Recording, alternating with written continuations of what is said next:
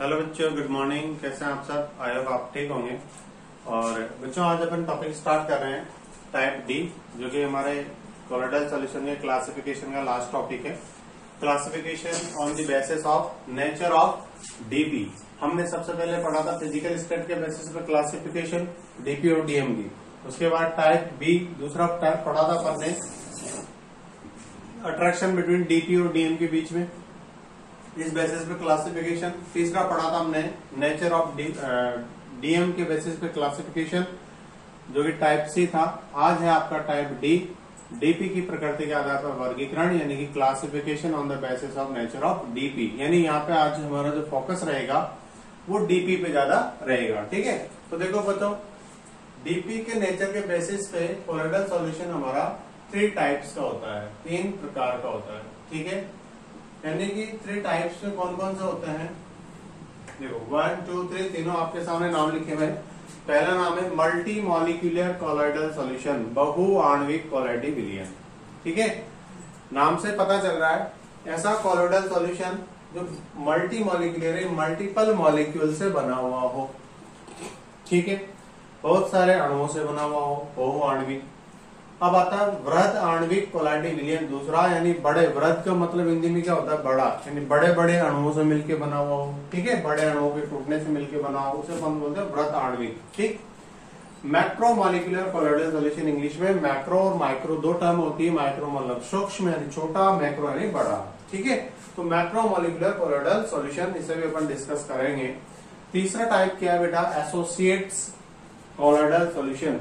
Associates colloidal solution यानी कि आपस में एसोसिएशन से मिलकर बनने वाला, तो सहचारी कोलाइडी विलयन, या इसका दूसरा जो नाम है, जो कि एग्जाम पॉइंट ऑफ व्यू से बहुत इंपॉर्टेंट है और इस पर क्वेश्चन आता रहता है, वो मिसेल है बेटा। यानी 4th वाला जो है, ठीक है, बहुत इंपॉर्टेंट है। यहाँ पर इसी से ज्यादातर क्वेश्चन पूछे जाते हैं, कभी कभार इन दोनों में अंतर भी पूछ लिया जाता है। ठीक है, तो डीपी की जो नेचर है उसके बेसिस पे 3 टाइप हो गया, multimolecular, macromolecular, associate colloids. ठीक है, अब अपन पहले स्टार्ट करेंगे मल्टी मॉलिक्यूलर को, देन उसके बाद बातें करेंगे अपन दूसरे टॉपिक्स। तो हेडिंग लगा लीजिए आप फटाफट से, मल्टी मॉलिक्यूलर कोलोइडल सॉल्यूशन। ठीक है,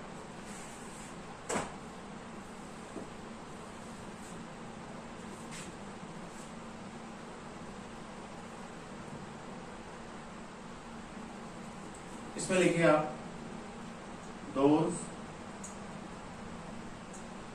colloidal solutions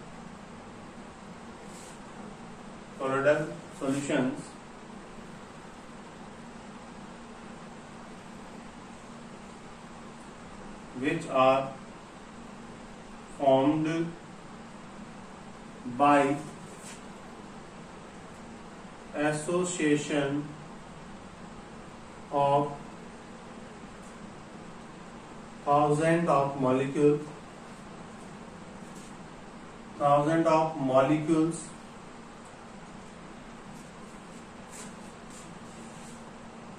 having size less than 1 nanometer,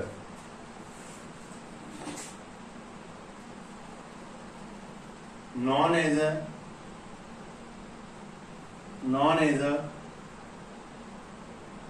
multi-molecular colloids. Known as a multi-molecular colloids.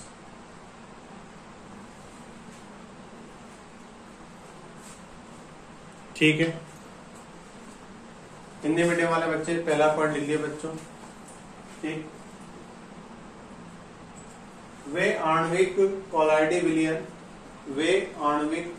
विलयन, इनका निर्माण 1 नैनोमीटर से भी कम आकार के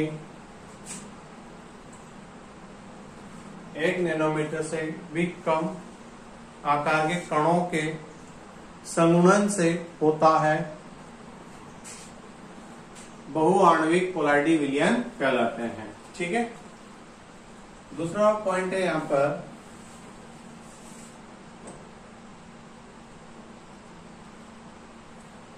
दूसरा पॉइंट है बेटा, in this type of colloidal solution weak van der Waals force of attraction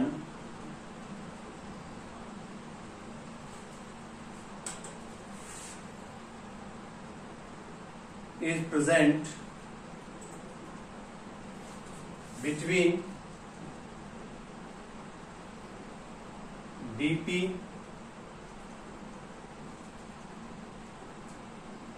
particles.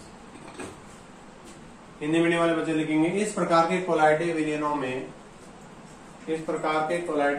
में परिक्षिप्त प्रावस्था यानी कि डीपी जो होती है हमारी, परिक्षिप्त प्रावस्था के कणों के मध्य दुर्बल, इसको हिंदी में बोलते हैं दुर्बल van der Waals आकर्षण बल होता है। दुर्बल van der Waals आकर्षण बल होता है। ठीक है बच्चों, अब इसके एग्जाम्पल की अपन बात करें, देखो ध्यान से सुनो। जैसे एग्जाम्पल 1, ठीक, आप नोट कर लीजिए एग्जाम्पल, फिर मैं एक्सप्लेन कर दूंगा। हिंदी मीडियम वाले नोट करें। गोल्ड के अनेकों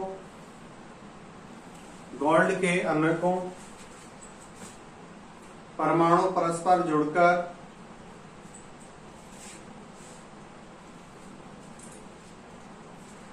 बहुआण्विक कोलाइडी विलयन का निर्माण करते हैं।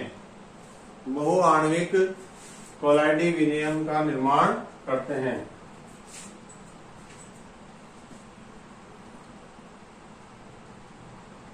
Many molecules of gold associates to form multimolecular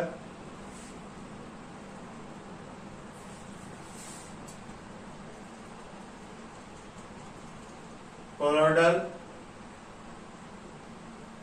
solution of gold. देखो बच्चों, होता क्या है, जब गोल्ड यानी सोने का कोलाइडी विलयन बनाया जाता है तो मल्टी मॉलिक्यूलर के अंदर मैकेनिज्म क्या होता है आप ये समझो। भाई हमारा जो कोलाइडल सॉल्यूशन है वो कब बनेगा, जब पार्टिकल की साइज 1 नैनोमीटर से तो क्या हो ज्यादा और 1000 नैनोमीटर से क्या हो कम।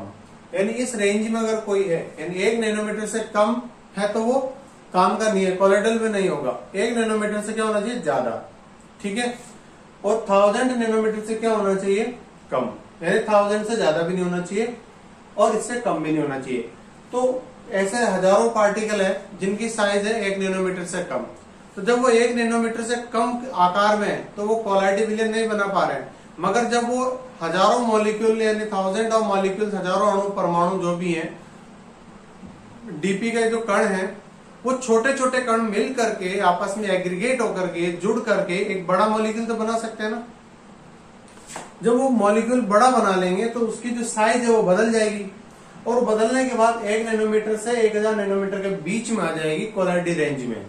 तो इस तरीके से जो है हमारे पास छोटे छोटे बहुत सारे एटम्स, मॉलिक्यूल्स जुड़ करके, छोटे छोटे पार्टिकल्स जुड़ करके जब वो कोलाइडल सॉल्यूशन की रेंज में आ जाते हैं तो तब जो कोलाइडल सॉल्यूशन बनता है उसे बोला जाता है मल्टी मॉलिक्यूलर। तो गोल्ड के क्या होते हैं, बहुत सारे छोटे छोटे पार्टिकल्स होते हैं हजारों की संख्या में, वो आपस में बड़ा पार्टिकल बनाते हैं और कोलाइडल फॉर्म में आ जाते हैं। तो कोलाइडल फॉर्म के बहुत सारे मॉलिक्यूल वहां पर बन जाएंगे, तो वहां पर कोलाइडल सॉल्यूशन बन जाएगा गोल्ड का, ठीक है। इसी तरीके से अपन बात करेंगे एग्जाम्पल नंबर 2। तो हम देखते हैं कि एस8 जो मॉलिक्यूल होता है, सल्फर का आपने नाम सुना होगा, एस8 सल्फर, ठीक है। इसमें क्या होता है, इसका जब कोलाइडल सॉल्व बनता है तो 1000 ऑफ मॉलिक्यूल्स, ठीक है, ऐसा लिख दो इसको, 1000 ऑफ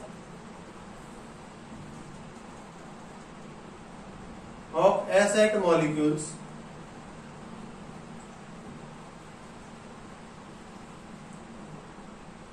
forms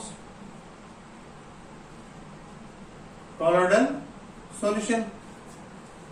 सल्फर एसिड के, हिंदी मीडियम वाले बच्चे लिखेंगे, सल्फर एसिड के 1000 या उससे अधिक अणु परस्पर जुड़कर बहुआण्विक कोलाइडी विलयन बनाते हैं। बहुआण्विक कोलाइडी विलयन बनाते हैं।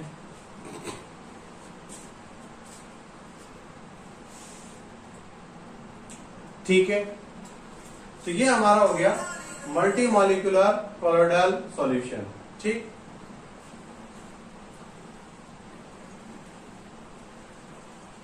अब अपन दूसरा लेते हैं मैक्रोमॉलिक्यूलर।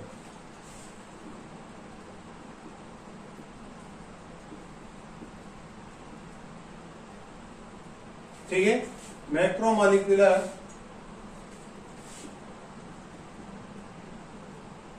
Colloidal solution. ठीक है, इसको बोलेंगे वृहद आणविक कोलाइडी विलयन। ठीक,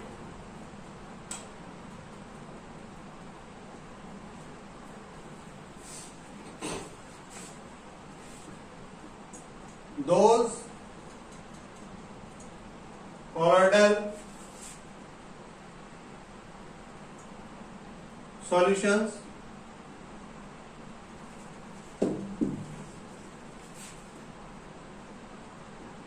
which are formed by splitting by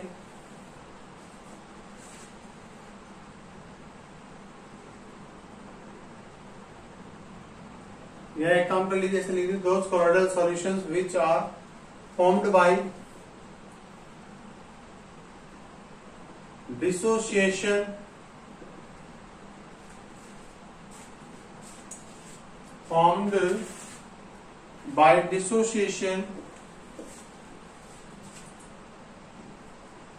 by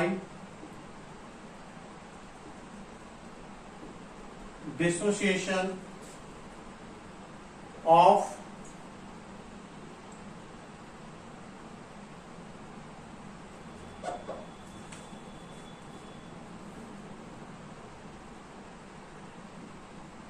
macromolecules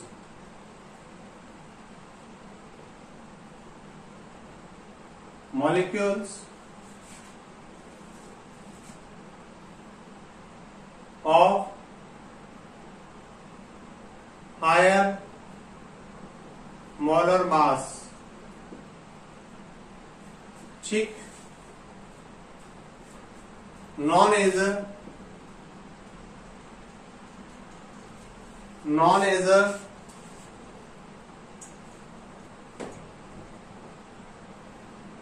macromolecular colloidal solution. ठीक, हिंदी मीडियम वाले बच्चे लिखे फटाफट से, वैसे उनके पास नोट्स ऑलरेडी दिए हुए हैं, फिर मैं एक बार बोल देता हूं। इस प्रकार के कोलाइडी विलयनों का निर्माण उच्च अणुभार वाले बहुलकों द्वारा होता है। उच्च अणुभार वाले बहुलकों द्वारा होता है। इन बहुलकों को जब किसी उचित विलायक में मिलाया जाता है, इन बहुलकों को जब किसी उचित विलायक में मिलाया जाता है तो ये ऐसे विलयन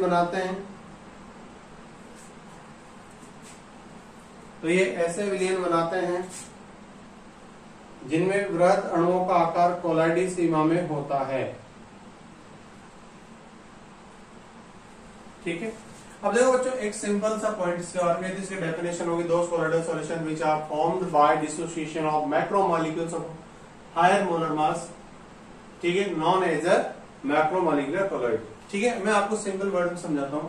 जैसे मान लो एक बड़ा मॉलिक्यूल है, ये मैक्रोमॉलिक्यूल है, मैक्रोमॉलिक्यूल। ठीक है, तो ये स्प्लिट होगा, टूटेगा, और भी टूटेगा तो बनाना है कोलाइडल सॉल्यूशन, तो ये टूट करके छोटे छोटे मॉलिक्यूल्स के अंदर टूटेगा।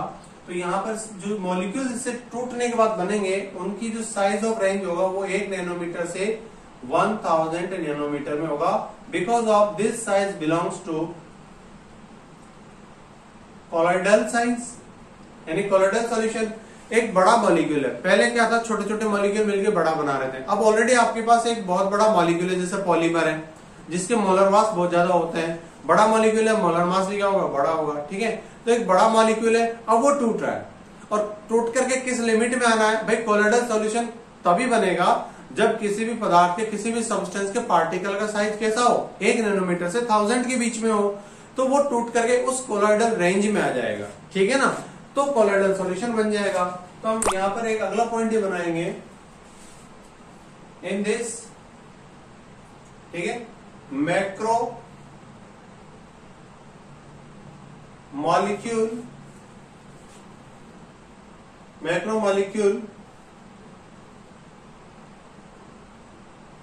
स्प्लिटेड या मैक्रोमॉलिक्यूल डिसोशिएट इनटू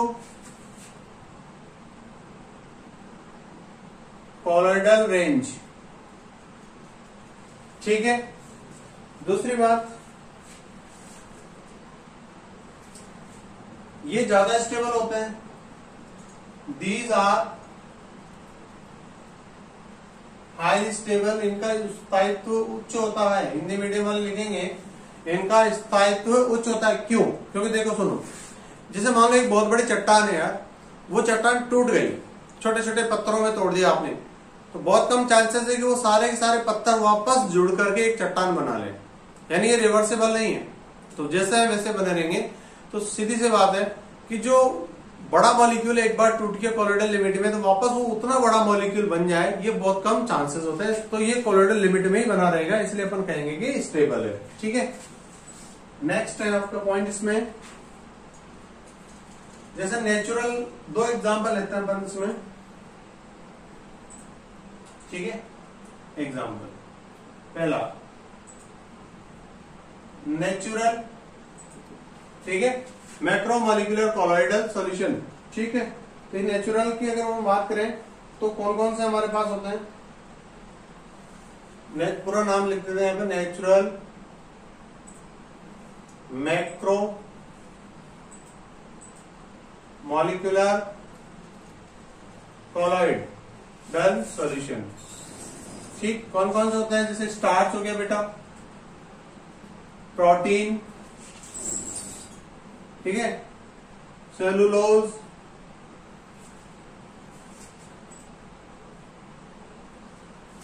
एंजाइम। ठीक है, अभी स्टार्च क्या होता है, प्रोटीन क्या होता है, सेलुलोज क्या होते हैं, ये सब बाद में आप धीरे धीरे आगे पढ़ोगे तो पता चलेगा। 9th-10th में भी आता है, मगर शायद आपने ध्यान दिया हो तो अच्छी बात है, नहीं दिया हो तो भी आगे आएगा ये। ठीक है, दूसरा आता है आर्टिफिशियल, यानी नॉन नेचुरल, इंसान द्वारा मैन मेड है, आर्टिफिशियल मैक्रोमॉलिक्यूलर कोलॉइड्स। ठीक है, यहां तक तो ऐसे कैसे आएगा, कौन कौन है भाई, जैसे बात करें अपन पॉलीथीन, जो आप चारों तरफ देखते हो पॉलीथीन मार्केट में, नायलॉन, ठीक है, सिंथेटिक रबर, जो रबड़ अपन देखते हैं वो सब सिंथेटिक रबर, ये संश्लेषित रबर। ठीक है, ये सब के सब क्या मैक्रोमॉलिक्यूलर कोलॉइड है। ठीक है, तो ये नेचुरल के एग्जांपल हो गए, ये आर्टिफिशियल हो गए। तो हमने आज जो बात सीखी है वो इतनी सी है, देखो कि मैक्रोमॉलिक्यूल में क्या होता है, बड़ा मॉलिक्यूल छूट के कोलॉइडल लिमिट में आता है टूट करके। ठीक है, मल्टी मॉलिक्यूलर में क्या था, छोटे छोटे मॉलिक्यूल्स जुड़ करके जो कोलॉइडल लिमिट में नहीं होते हैं वो कोलॉइडल लिमिट में आ जाते हैं। बस ये बेसिक डिफरेंस है, इतना ही आपको ध्यान रखना। 1 नंबर का क्वेश्चन आता है इससे, या आधे नंबर का क्वेश्चन आता है, दोनों के बीच में 2 डिफरेंस पूछ लेगा। 2 डिफरेंस आप बता सकते हो, डेफिनेशन बता दो, इसमें ये होता है, इसमें होता है, दूसरा ये ज्यादा स्टेबल होता है, वो कम स्टेबल होता है। इसमें weak van der Waals force of attraction होता है, इसमें स्ट्रॉन्ग फोर्स ऑफ अट्रैक्शन होता है, क्योंकि जितना ज्यादा मास ज्यादा उतना ज्यादा अट्रैक्शन फोर्स ज्यादा। ठीक है बेटा, थैंक यू सो मच।